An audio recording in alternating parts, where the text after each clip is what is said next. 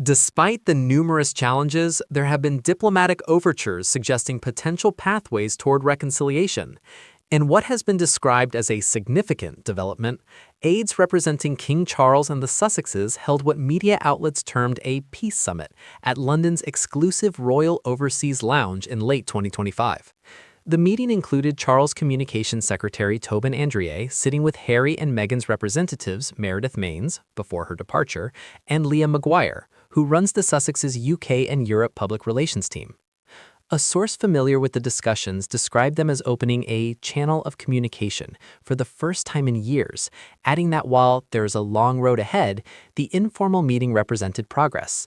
The source emphasized the king's consistent love for both his sons and his willingness to meet Harry when their diaries allow.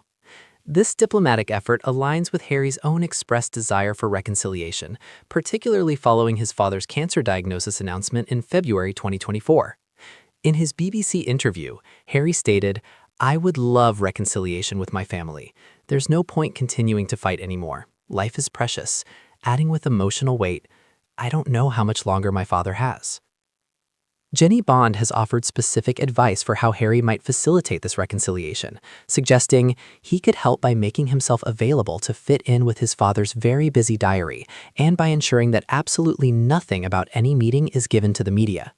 She also recommended written communication, noting that King Charles is a great letter writer and enjoys considered communication in this way.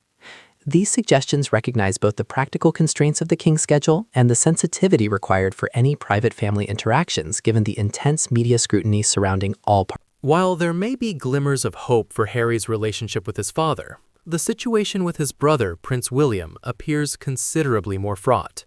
Royal experts consistently describe reconciliation between the siblings as a much bigger ask than Harry's potential rapprochement with Charles.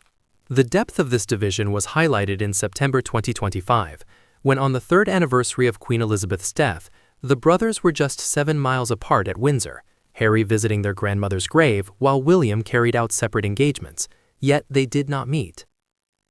Jenny Bond has analyzed this fraternal rift through the lens of family dynamics, noting that a parent can forgive a child far more readily than siblings tend to reconcile. She adds pointedly, "Harry has said he wants his father and his brother back in his life, but I'm not at all sure that William feels the same about Harry. So I think the younger prince will have to wait some time yet for the ice to thaw, and the truth is that it may never do so." This assessment suggests that the wounds between the brothers may be deeper and more complex than the intergenerational tensions between Harry and his father. Sources close to the royal family have indicated that William's perspective may be particularly hardened by what he perceives as attacks not just on the institution but on his wife, Catherine. One friend of William and Catherine told the Daily Beast that the family of course all blame Meghan 100%, adding their view that Harry ain't the sharpest tool in the box and they feel he was completely manipulated. Whether this represents the actual views within the family or merely external perceptions, it highlights the emotional complexity of the rift, which encompasses not just institutional disagreements but perceived personal betrayals. Beyond family dynamics, the Sussexes face significant professional challenges in their adopted home of California. What began as what sources describe as ambitious plans for Hollywood dominance has reportedly encountered substantial obstacles. An insider summarized their 2025 experience. They had such big plans for 2025 and really believed it would be their breakthrough period. Instead, it's turned into the year from hell. Meghan's return to acting, playing herself in the movie Close Personal Friends, has been met with mixed reception. While marking her first acting role since her departure from Suits, sources suggest the move has gone down like a lead balloon with Harry, who is reportedly being asked to stay home with the couple's 2 young children while Markle schmoozes with her high-profile co-stars. This professional development comes alongside what has been described as dwindling enthusiasm for the couple in Hollywood circles, with one source claiming there is not only no appetite left for them in LA, but they've also worn through any goodwill they had. The couple's Netflix partnership continues, but in a potentially scaled-back form. While they have announced a new project adapting Jasmine Guillory's novel The Wedding Date, reports indicate they signed a multi-year first-look deal rather than renewing the reported $100 million contract they initially secured.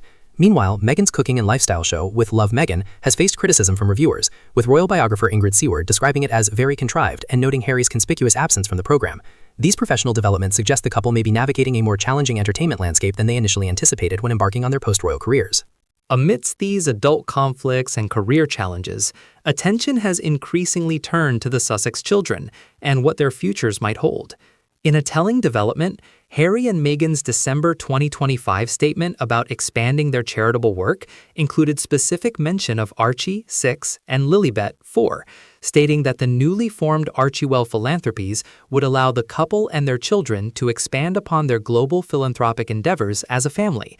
This inclusion has been interpreted as a subtle signaling that the children will follow in their parents' footsteps, a notion that has reportedly left one of Harry's friends genuinely confused, given previous assurances that their children would be able to make their own way in life without the pressure of expectations or titles.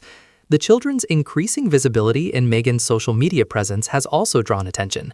After relaunching her Instagram account on New Year's Day 2025, Meghan has featured Archie and Lilibet with growing frequency, including a holiday family photo captioned, "Happy Holidays, from our family to yours." This visibility contrasts with what sources describe as Harry's unease with such displays, with Page 6 reporting that he doesn't love his wife's social media displays and is very aware of Meghan parading around their family. Perhaps most poignantly, the security dispute has direct implications for the children's connection to their father's homeland. Harry's statement that he cannot currently bring his family to the UK safely means Archie and Lilibet have not visited Britain since 2022.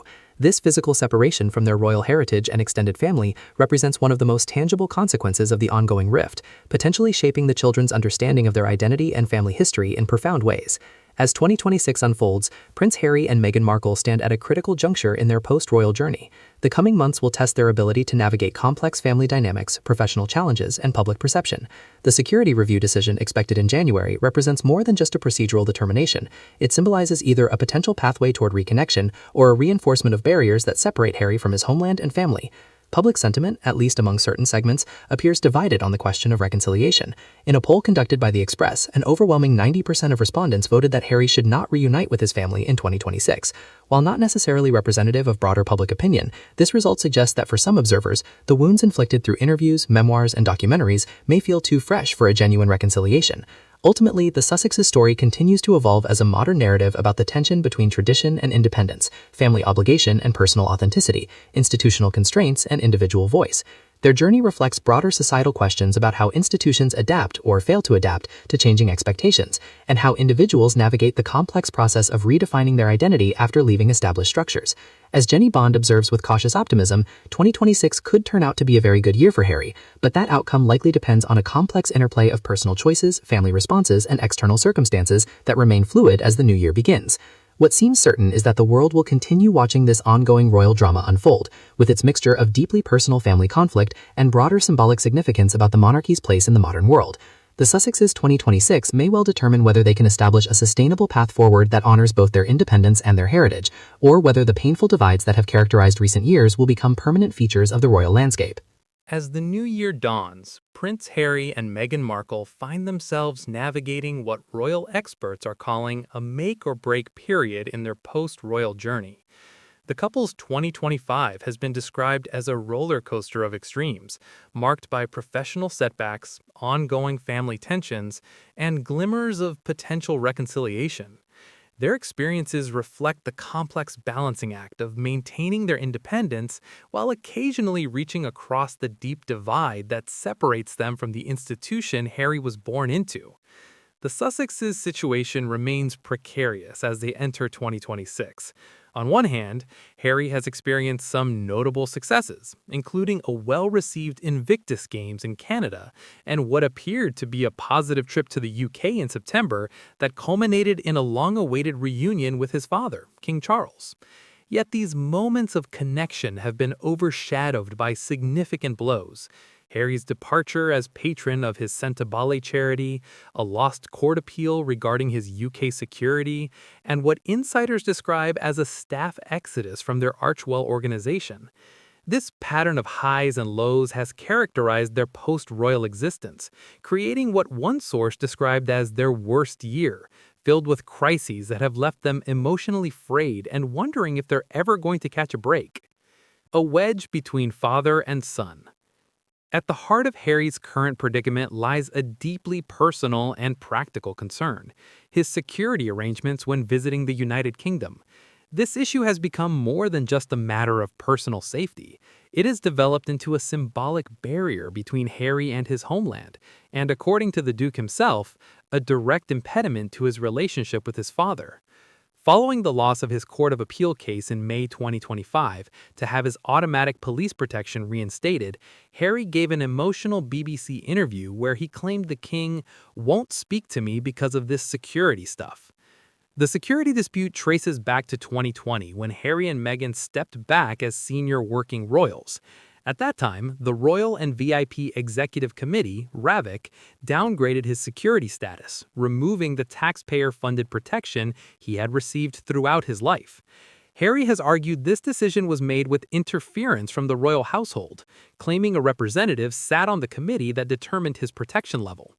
His legal team has maintained that he faces genuine threats that necessitate robust security measures, particularly when bringing his family to the UK. The issue has become so contentious that Harry stated, "I can't see a world in which I will be bringing my wife and children back at this point," adding poignantly, "I think it's quite sad that I won't be able to show my children my homeland." However, a potential turning point may be on the horizon. Recent reports indicate that RAVIC has instructed its risk management board to reassess Harry's threat level for the first time since 2020, with a decision expected in January 2026. This development offers what former BBC royal correspondent Jenny Bond describes as a possible obstacle removal that could facilitate more frequent UK visits and potentially ease tensions with his father. If his security review goes in his favor, Bond noted, he will feel that an obstacle to visiting the UK more often, and possibly bringing his children here, has been removed. It has also been a spanner in the works in his relationship with his father. Staff exodus and internal turmoil. Behind the public-facing challenges lies what appears to be significant internal disruption within Harry and Meghan's organization. Recent months have seen what sources describe as a brutal staff revolt that has resulted in numerous departures from their team. Most notably, Meredith Maines, who served as the couple's chief communications officer, resigned after just 10 months in the role. Simultaneously, James Holt, who worked as executive director at Archewell Foundation for nearly 5 years, also announced his departure. The frequency of these changes has raised eyebrows among royal observers. Maines is reportedly the 11th publicist in 5 years to exit the Sussex's communications team since they relocated to California in 2020. The couple's response to these departures has been described as decidedly cool by Jenny Bond, who noted it confirmed suspicions that their professional relationship had become rather troubled. This pattern has led to questions about the working environment and organizational stability within Harry and Meghan's operations. The staff turnover has been so significant that sources claim Harry and Meghan have decreased their staff by 80 to 85% in the last year alone. Bond has questioned the necessity of such a large team, asking, why can't they run their lives and their projects with just 1 or 2 helpers? This internal turbulence comes at a particularly challenging time as the couple attempts to establish their post-royal professional identity and maintain their philanthropic work through the Archewell Foundation, which they recently announced would be expanding into Archewell Philanthropies, an entity they say will allow them and their children to expand upon their global philanthropic endeavors as a family.